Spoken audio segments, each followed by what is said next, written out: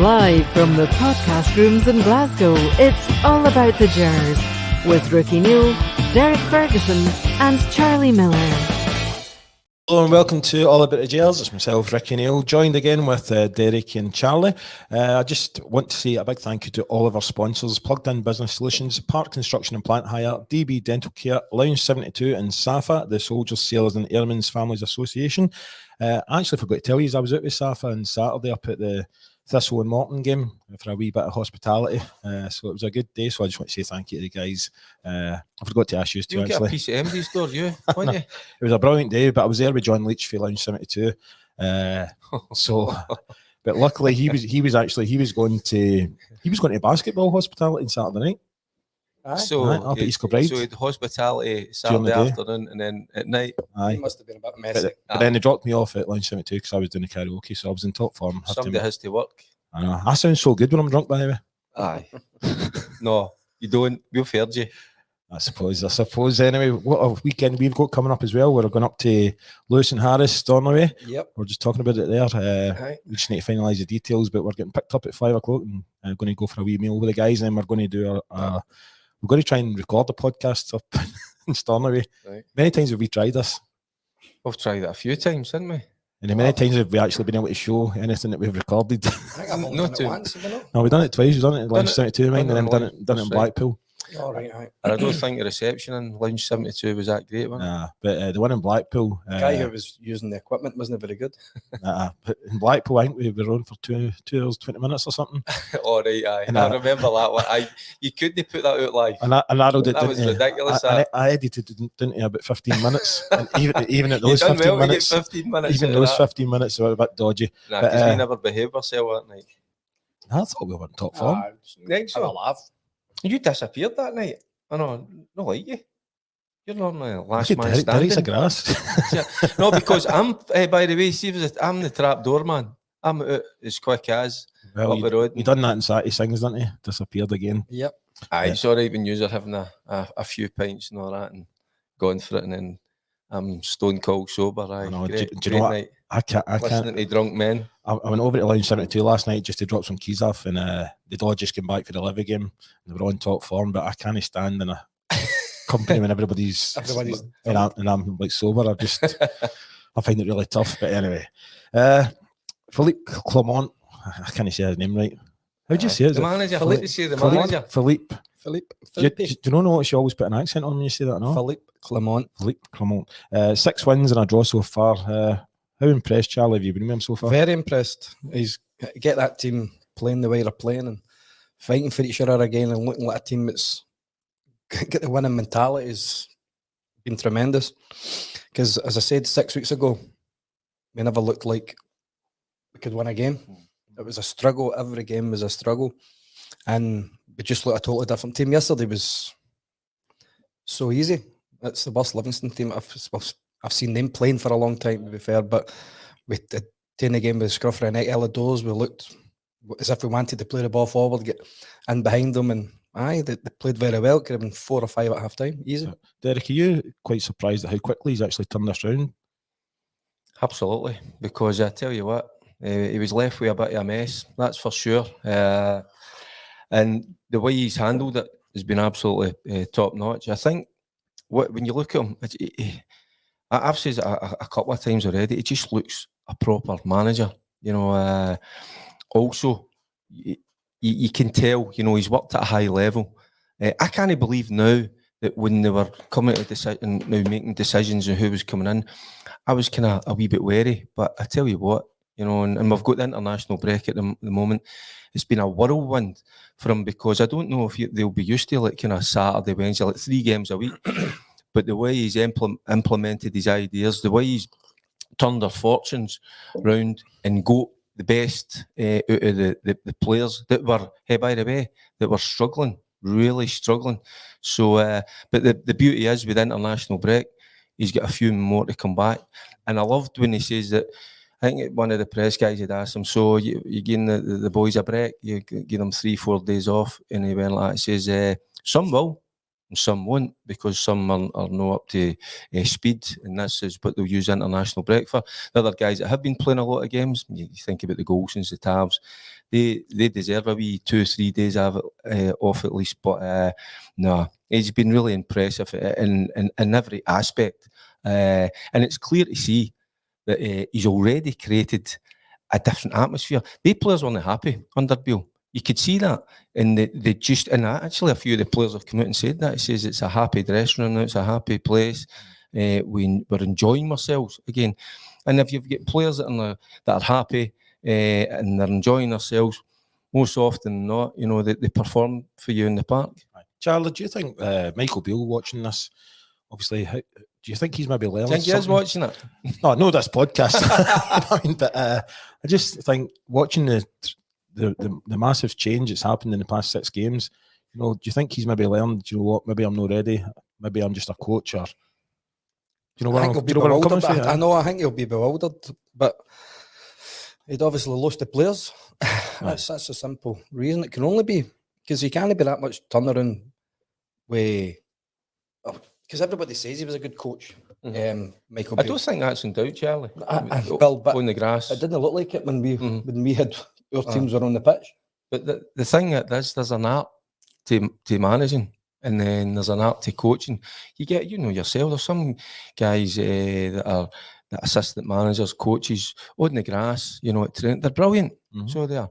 But when they get that opportunity to take over, it's a different kettle of fish. Because remember he said something quite strange. Was obviously when he was a coach, he was a friendly coach and all that. But it says when you got to management, you can't be like that.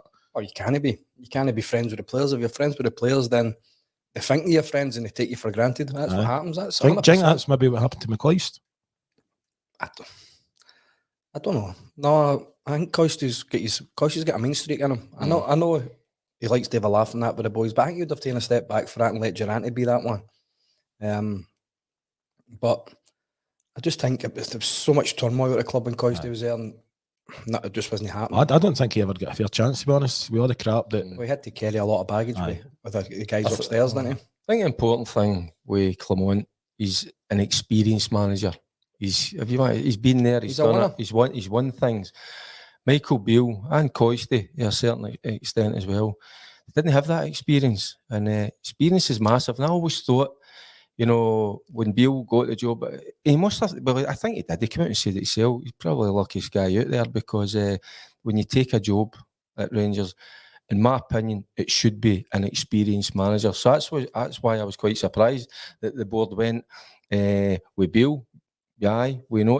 Listen, he must speak very well. You know, obviously when he was interviewed for the job, so he maybe talks a good game. But it's all about delivering. I don't think he did in that interview, did he? I think he was just picked with the calibre. Well, do you know he was actually offered more money to go elsewhere? So he was offered the Wolves job, and supposedly. So, but I think they just gave him a job. Really, I think that's what the problem was, because he ended up with too much power. He can't be. And I always go back to the 2 players they signed in January have been very, very good, no doubt about that. But then he had total control in the summer signings, and it's just no work. It didn't work for him.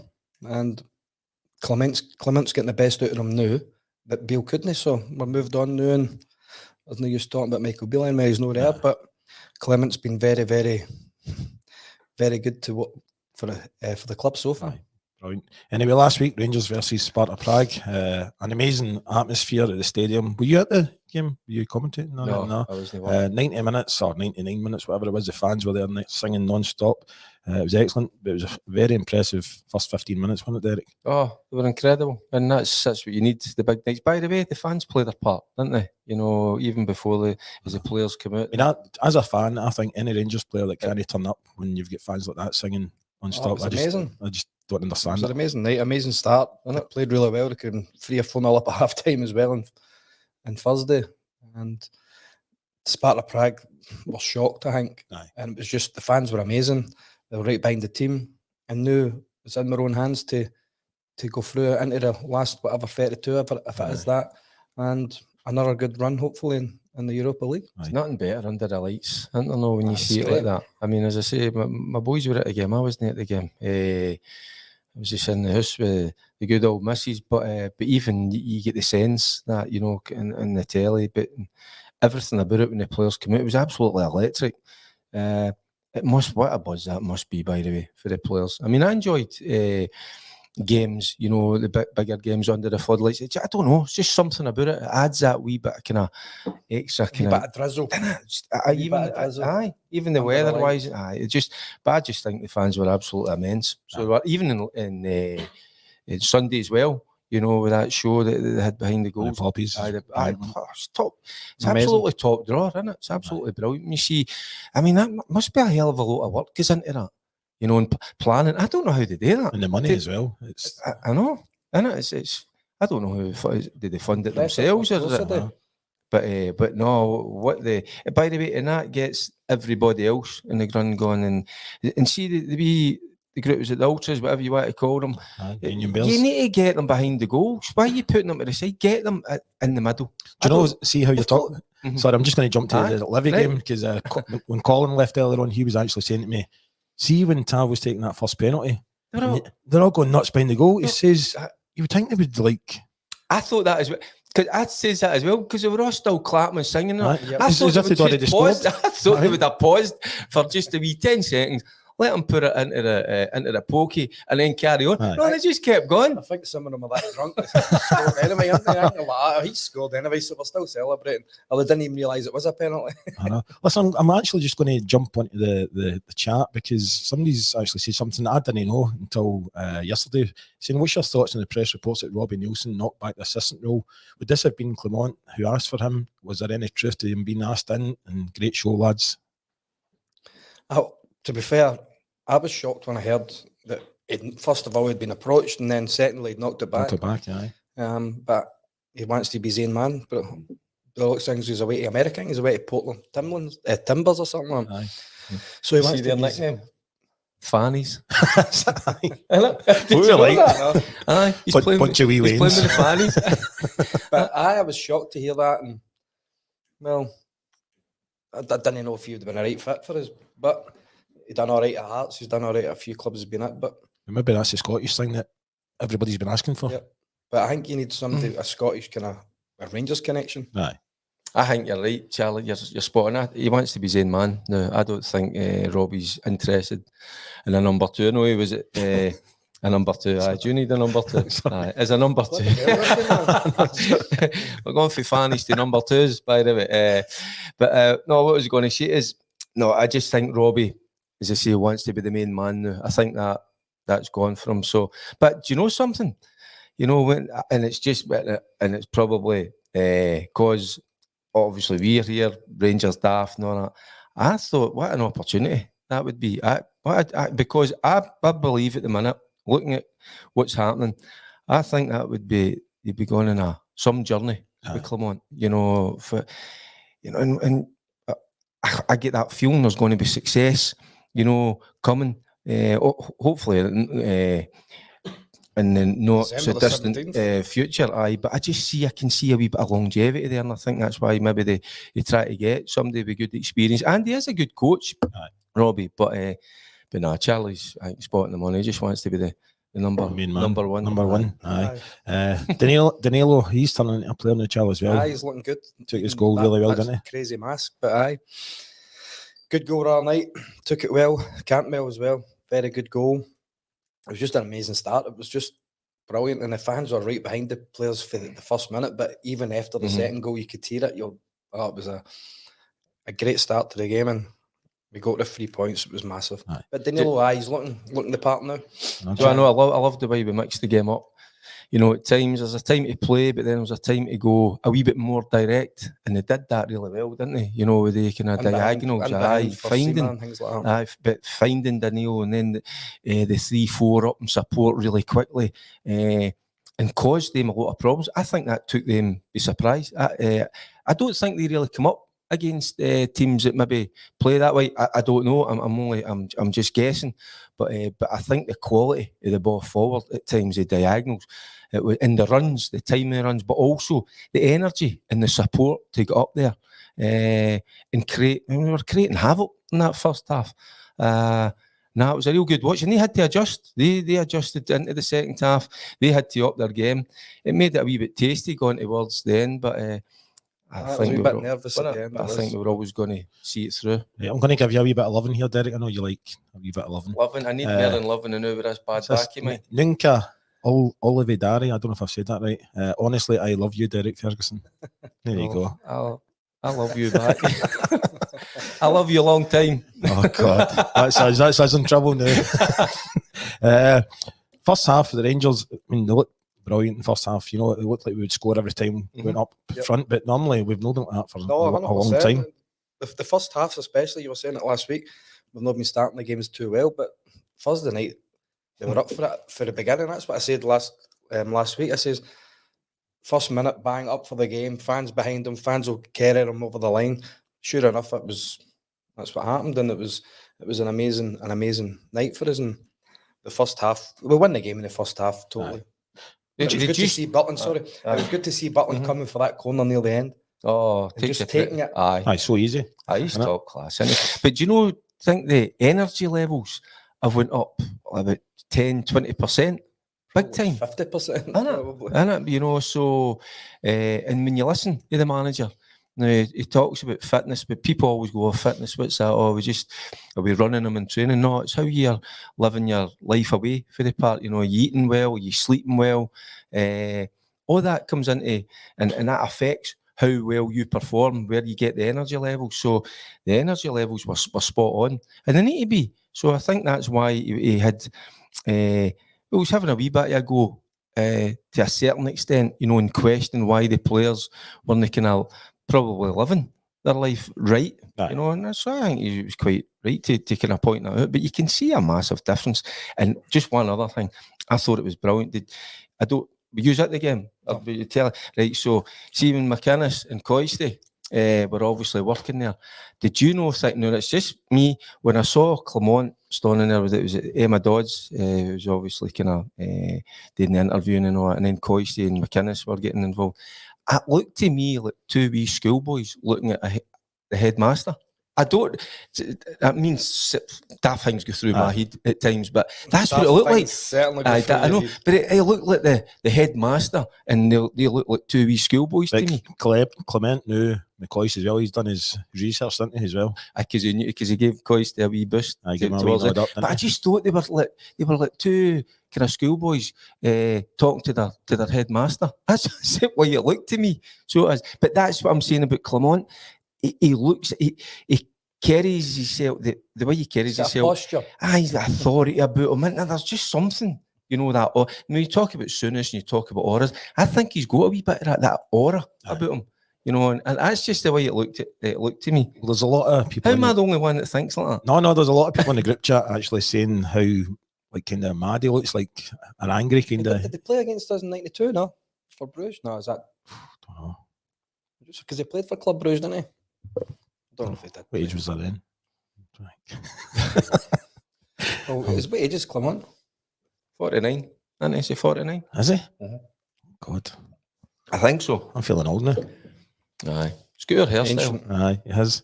Like the manager said, we were talking earlier, he reckons that our players still only fit. He's thinking come 60, 70 minutes, you can see them start to lag. Are you surprised at his comments? Well, I think that's what a lot of new managers come in and say. The first thing they say is fitness. Sometimes it's true, sometimes it isn't. But obviously, he thinks it is here. So, but it's just a wee thing as well. I'm still bemused how he's playing Cantwell wider and where Lammers is playing. I don't get it. I don't know if they're best of pals at the moment, but because still Cantwell has to play in that position. There seems to be a few rumours going about that there seemed to be a kind of fallout between the pair of them. I don't think there is. You look at Cantwell after the game, the cameras pan onto him. He's a happy chappy, by the way, and because he understands what the manager is trying to achieve. He's trying to get the best out of everybody. Maybe they have had a wee thought, and Clement's kind of set the standard by going with Cantwell.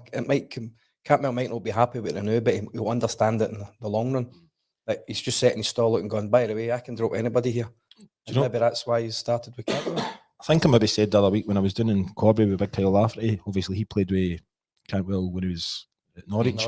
And he said even back then he was all big in social media and things like this. And I don't know if you've seen the clip that he's put on Instagram where it shows 2 challenges, one against him that he get booked for, or one for him that he get booked for, and then another one that obviously he never got a booking, and he's trying to. Is he not going to get himself into trouble with that? He's got to tone that down, by the way, but I think the manager, he'll be having a wee quiet word in his ear. Social media, it's dangerous, isn't it? You know, so you got to be careful with it.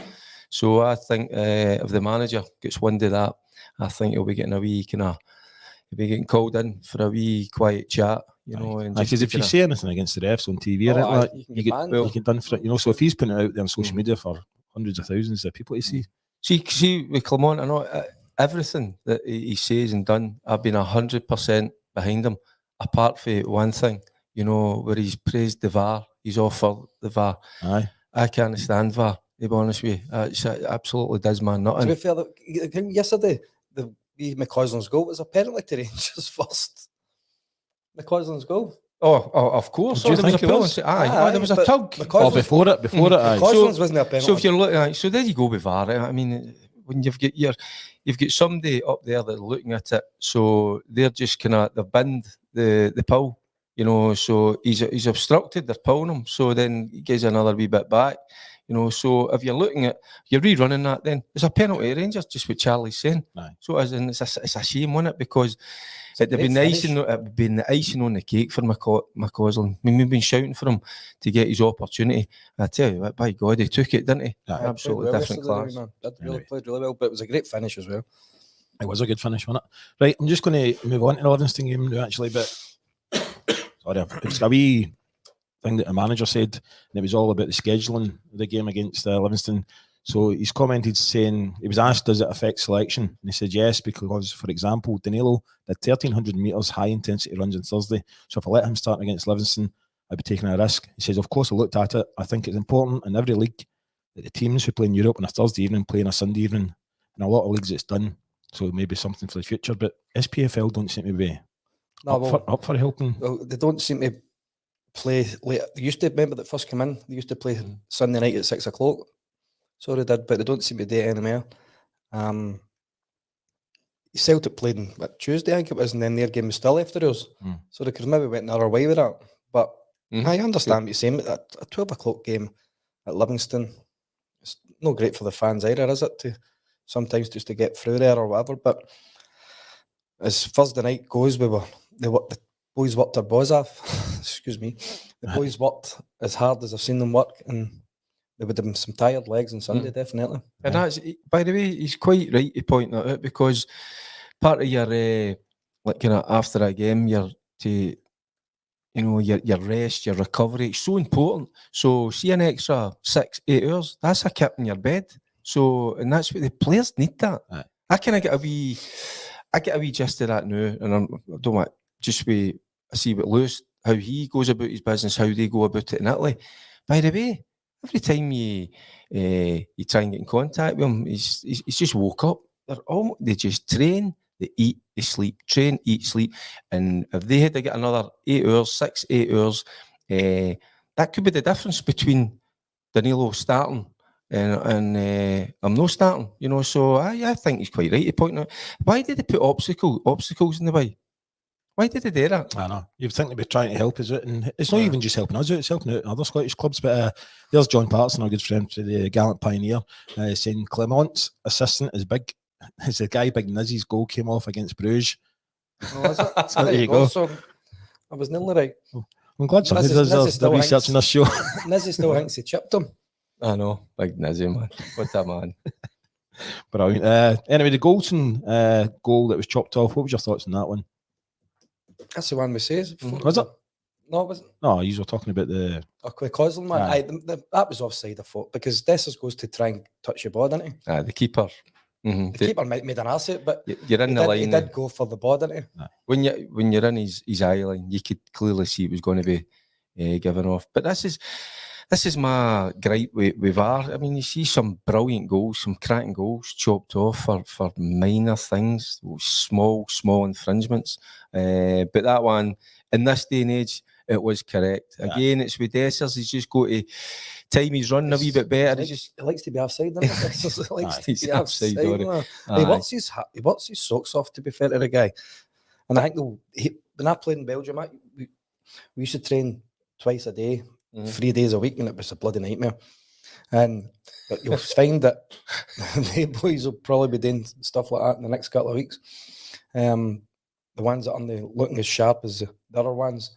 So probably the Dessers and that will probably be trying to get him up to speed a wee bit. Do you think that was maybe a wee glimpse of what he can be? Because I mean, the run he done was brilliant. The run Great was pass, because he goes out to in, you know, to that and that with his goal. The timing run was brilliant. He obviously wasn't the offside, but then again, it was Lawrence. It was a terrific ball. But he was really fortunate with it. But he's still got 2 1v1s with a keeper. So, excuse me, like to see a wee bit more calmness. I just think sometimes, and Charlie's right, he does work his backside off. And sometimes you can try too hard. Sometimes you just got to kind of ease up a wee bit, just have a wee bit of kind of calmness about yourself, and you'll get a better outcome. But he could have had 3 or 4 goals. So he did. But the one thing we can have a go at him is and I think that's why the manager likes him, because he gives you absolutely He's honest enough, isn't he? That's the main thing. Right, I'm going to say something that will probably annoy everybody, but Tavernier, do you think we should still let him keep on taking penalties? Aye, why not? I just think I don't want him missing one and then scoring another one. I know. I want to score 2 of them. You know what I mean? Would you want to take penalties? Tell me. Dessers. I don't know. I'm just. Do you know what I mean? It's like, is it? Well, he scored a bit predictable now. 51 out of 76. See, in my time, it was always centre forwards that took penalty kicks. You know, you never get a look in. But it's all changed now, isn't it? But no, he's the one that wants to take the responsibility. Sometimes players don't want to take on that responsibility. So fair play. I'm not. Was it? You know, his wee kind of routine that he goes through.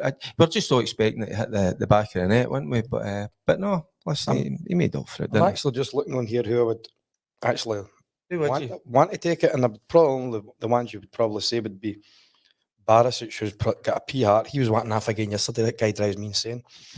And Tom Lawrence.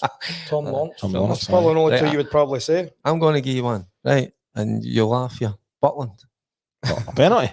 Aye. He's got great feet, to be fair. Yeah. You see most goalkeepers, they strike a great ball. Aye. Oh, so every did day.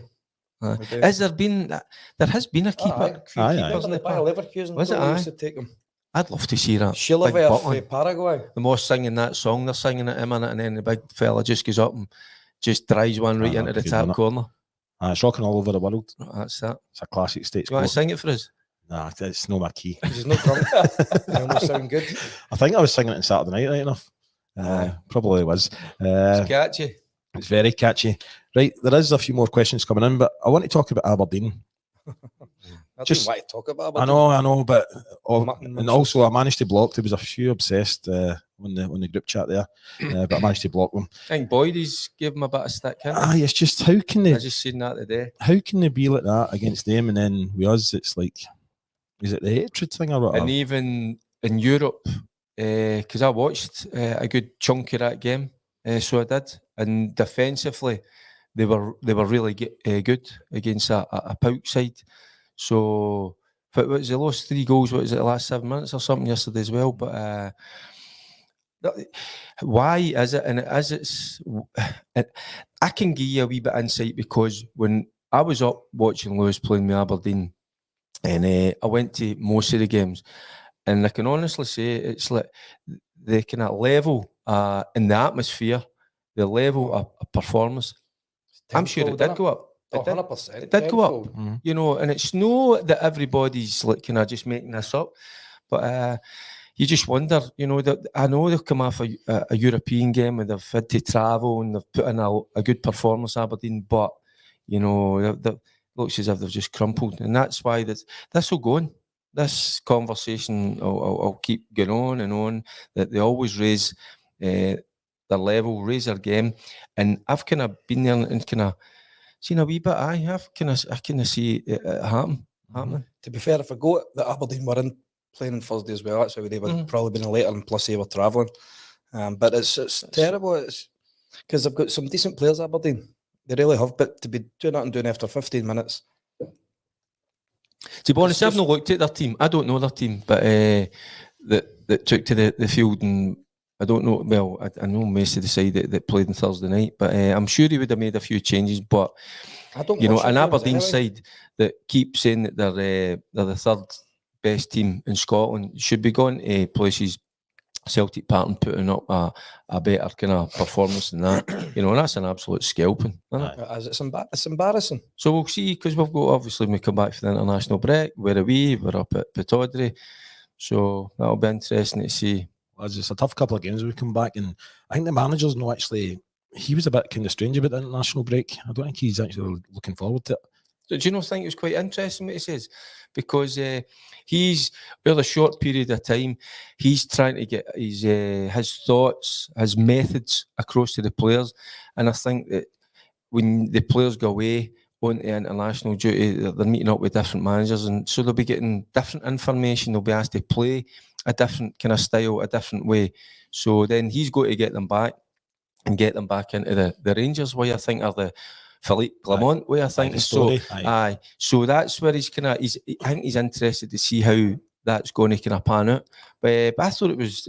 I think it makes sense what he's saying, because you know, when you go away in international duty, like the guys, they're getting all this. They're fed all different stuff and all that, and they're asked to play different kind of a different style of football. So but that's what he's been trying to install this into them over that short period of time. It's been working. So I think he's just, you know, he's thinking what they're going to come back like. So I need to get at them right away, you know, and get them back into. I'm sure. Is what I think. I'm sure the players know the game enough to go away with one coach and come back and know the way he's been wanting them to play when they come back to Rangers. Surely, if they don't know that, then they've got problems. If they need told every single day, because if implements his way he's going to play, and if they don't take it on board, they'll not play. So they'll have to make sure that they take his instructions on board. But they seem to be doing it now. He's see day in, day out. He'll be driving that message across them. He'll be talking about the kind of, there's levels, you know. So maybe he's thinking they're away international duty. Maybe they'll just take the kind of foot off the gas a wee bit. They'll be a wee bit more relaxed. And I think that's what he's maybe kind of he's gearing his you know, his thoughts towards that. Derek may have played that game. Chris Woods missed a penalty. I was about to say that. Valletta. So Ready Teddy Bear says Chris Woods missed a penalty many years ago for Rangers. Did you not play against Valletta in the European Cup a years ago? 88 maybe? I can't remember. I think he went 7-0 against Valletta. I can't remember last weekend. I remember Woods hitting the penalty and he hit it past the goalie's right hand post. Aye. You don't remember it, no? No. I actually heard he's meant to be doing a Q&A somewhere soon up here. I'd love to go and see him. What was he like, by the way? Too good looking for it to be a goalkeeper. Too sensible to be a goalkeeper. He was, aye. Was he sensible, aye? Was he? Very for goal. Now, goalies are all, most of them are all bampots. But no, he was far too sensible, far too good looking. He's like a big Adonis. I remember he gets sent off that game, he takes the tap off and all that. So, no, he's a lovely big fella. So he was working with Scotland as well. Aye, he's working with Scotland. Mm-hmm. Aye, I can't remember it. Once I'm back home, I'll delve in and have a wee look back. Yeah, I'll just run through for the last 5 minutes of the show. A lot of the comments are coming in. Obviously, there's loads of comments coming in, and a lot of people think it's just on Facebook that the comments are in, but they're coming through for like Twitter and YouTube and everything, you know. So sometimes I can't catch them all. But John Keane is saying, "Good evening, guys. When was the last time we had a start like this with a new manager, unbeaten, cup final to look forward to? Great results last Thursday as well." Not had it for a while. Oh, Giovanni came in, and did you know win his first 8 games or something? He had a good. Giovanni won his first 8 games, I'm sure. It's because of where we were. We were all over the place, weren't we? And we were, as fans, really nervous about how the season was going to pan out. We weren't sure what the manager who's in charge, what he was going to be like. So there was a lot of kind of indecision, a lot of doubts out there. But he's put that to rest. Do you know, I think he's actually installed a thing with the fans that I actually now believe we can actually win the league. Aye. Honestly, but whereas if Beale was he still believes that. I just love when he goes like that. Listen, I just take it's day to day, game by game. I kind of love that. And people go, it's just an old cliche. But I firmly believe that's the way he goes about his business. Well, he just does. Takes the next game, doesn't he? That's what he's been saying. He just don't look to the cup final. That's nothing to know because we're not playing in it yet. So you'll be doing the international break. You'll have 2 weeks. We try to get other ones fit, try to get some. Is it a good time for us to have an international break? Good in some sense that you get some more players back and then we can get to work with them. But not in a good sense the other way because we've been on a decent run. Sparta Prague away was probably the hardest game we've had. Do you know, I think he needs a wee break, just a day or two himself, just to chill. But Because he'll not have a day or two. He'll probably be in at the stadium every day, just making sure he keeps this run going and getting all, as he says, the ones who Well, give him a day, Charlie. Give him 1 day, Charlie. 1 day to just kick back. 20 minutes. Do you know what I thought was funny enough? When he was coming over on the plane to Scotland, somebody's actually sitting behind him and he's got the Rangers games on. Aye. That's so he started right away, isn't he? He said it doesn't go on the training ground. He watches it for watches training on the video. Aye. Probably too cold outside now. But you're probably watching which people are doing good, what they're bad at, because you can't really always see it when you're just standing on the side of the pitch. But when you're watching it, you can see everything. He's big on the body language as well. Aye. He spoke about that. Everything. He looks at everything. It's class. Aye. Listen, John actually just done a wee comment a wee minute ago, but John's also saying many thanks to the mention last week for his great friend Alex Rutherford, who's fighting MND. Your support is amazing, and we are always the people. So that's the one that we're going to do a little fundraiser on 26th of November in Lounge 72. So there's loads of singers coming, the Proclaimers, and a few other singers are coming, and all the money that's raised is going to go towards Alex's family, and hopefully Alex is going to be joining us on the day as well. So if you can get along, that would be brilliant. But we're all thinking of you, Alex. Here's keep fighting, pal. William McPherson, what is your thoughts with the injuries to players under Beale compared to Clement? Do you think we will see an improvement? And is it time to let Roof go? Do you know, I actually forgot about Roof. No, I thought the manager spoke really well about him last week. He's going to try and get to the bottom.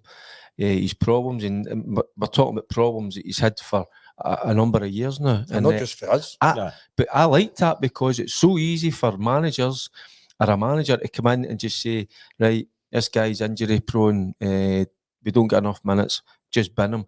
He's not doing that. He's absolute opposite. He's going to try and he's getting him to see somebody, whatever. He didn't kind of go into divulge too much. He didn't give out too much information, but I absolutely love that. He says, I'm thinking about not just the person, the player. I feel for him. I'm going to try and try and sort him out. And I tell you what, I know plenty of managers during the years when I played, if you weren't fit, you weren't at it and training, whatever, they just bin you. And I love that about Clement. Well, he's well trying to get him fit as he possibly can. Because he's a player. There's a player there, right? But we know that. The thing is, see when I played in Belgium for I was there a year and a half, and see when we done pre-season training, we had heart monitors, but we'd all run at different paces because they'd tell us that my body wasn't as good as, like, I couldn't run as quick as that guy or longer than, I just had to run at my own pace where I was getting my heart rate up. But if it was sprints, I had to do better at sprints. But longer running guys would have to do better at that than me. So they were looking after my body and what I could do, what I was good at and what I wasn't so good at. A wee bit different from my day. We just ran till we were sick. And that was it. Rangers, don't get me wrong, we did do that. Rangers, but in Belgium, that's what they done. Was it? Run till you spewed up. Once you spewed up, you run one more lap at a park or whatever. Go. There's one of our good friends for Corby, Derek Horn. Charlie's saying, will we McCausland sign a contract with us? Hope so. The wee man looks so good. Fingers crossed. I hope he does. It's the future. We need more Scottish boys on the team. And he's done that incredibly well yesterday because it's a horrible pitch at Livingston. It isn't the greatest surface. The ball's a bit slower. It doesn't go through the pitch as quick because it's not as wet. But my fingers crossed the wee man signs. I think it's a 4-year deal he's been offered. So hopefully he signs it. There's our good friend Curry Muncher on Borna Barisic when he started limping and rubbing his leg, pleading over to the bench, and big PC ignored him and made him get up. It was brilliant. Honestly, man. Every time you see the guy go down, man, I was like, this guy's driving me insane watching it yesterday. He does. He'll look to him. He'll know his past as well, so he'll know have him. Very well. I think they'll try and get him to sign at least a year and then punt him in January. Aye. Right, I'm afraid we're nearly at the end of the show, but I want to give a big mention because obviously we're going up to Lewis and Harris, storming away the biggest Rangers supporters club in the world, going up on Friday. How much are you looking forward to this one? Well, hopefully my back's better, and I'll be able to go up there and listen. You're always made welcome. It's brilliant up there. I've been up a couple of times. Have you been up, I've been up with you. Aye, but you've been up, and again I've been up, and so it's just a place that the hospitality is first class, and you got to laugh. Incredible Hulk when we were coming back, didn't we? In the plane, remember? They're the same colour. I'm behaving myself this time. I'm going to be the sensible one. I don't think I'm even going to drink, by the way. I think I'm just going to stay sober. Aye, good one. Good. I'm going to be very sensible. We'll see everybody that I've asked about this wee playing. I think they're just ripping the mince at me because they're saying, was all right. Is it all right? Aye. But then somebody says there's a storm coming this weekend. They're not Storm Derby. Storm Derby's in Mora. Is it? Aye, in England. So we'll be all right. Hopefully, aye. It will glide anyway. Derby? Storm Derby it is. Is that not a film? Derby. And then Maybe the next one, then it's Storm Ellen, and then Storm Fergus. Aye. Is it? I heard it on the news this morning. Do you know I was talking about that Derby does to somebody the other week and they'd never heard it before? Oh, God, mate. Never heard it. Anyway, listen, we're coming up there on Friday. Cheers, There's still some tickets left. It's going to be a great night. And somebody's just asked if I'm going to be in Lounge 72 on Saturday. Yes, because I'm a professional. Yes. So I'll be there doing the karaoke from 7 o'clock on Saturday night. So we're just up for the one night. I wish we could actually stayed a couple of nights because I've heard it's a beautiful place. But I'm afraid that is the end of the show. But thanks again. Cheers, guys. Cheers. Again. And we will. No, in fact, we're off next weekend because it's an international break. But we will be doing a recording of the podcast in Stornoway, and we're going to get to know a lot of the guys and interview a lot of the guys as well while we're up there. Good idea. But once again, thank you to all our sponsors: Plugged In Business Solutions, Park Construction and Plant Hire, DB Dental Care, Lounge 72 and SSAFA. And SSAFA are the Soldiers, Sailors and Airmen's Families Association, and you can get all of them on our website, which is allaboutthegers.co.uk. Take care and we'll see you hopefully next everyone. week.